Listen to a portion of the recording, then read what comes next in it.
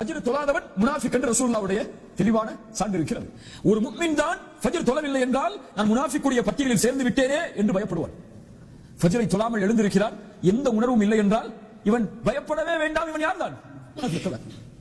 அல்லாஹ் அக்பர். தவறுகளை செய்யும் பொழுது நான் நயவஞ்சகத்தில் இருப்பதால் தான் இந்த தவறை செய்கிறோம் என்ற எண்ணம் இல்லை என்றால் நாம் முஃமின் தான். நாம் முஃமினாக இருக்க முடியாது, முனாஃபிக்காகத்தான் இருப்போம். நம்முடைய சொல், நம்முடைய செயல் எல்லா நிலையிலும் வேறுபடுகிறது. யாரும் அதில் சுத்தமானவர்கள் அல்ல. நம்முடைய மனைவிக்கு ஒரு அறிவுரை சொல்லுவோம், பிள்ளைகளுக்கு அறிவுரையை சொல்லுவோம், நம்மிடத்திலே அறிவுரையை கேட்டு வருபவர்களுக்கு நாம் ஒரு அறிவுரையை சொல்லுவோம். ஆனால் நமக்கு தெரியும் அந்த அறிவுரையில் நான் எந்த அளவு இருக்கிறேன் என்று. மேலே குர்ஆனுடைய வகுப்புக்கு வரக்கூடிய நிகழ்வுகளை எல்லாம் மக்களுக்கு அனுப்பி அவர்கள் இந்த சென்டருக்கு வந்து குர்ஆனை ஓத வேண்டும் என்ற ஆர்வத்தை ஏற்படுத்துவோம்.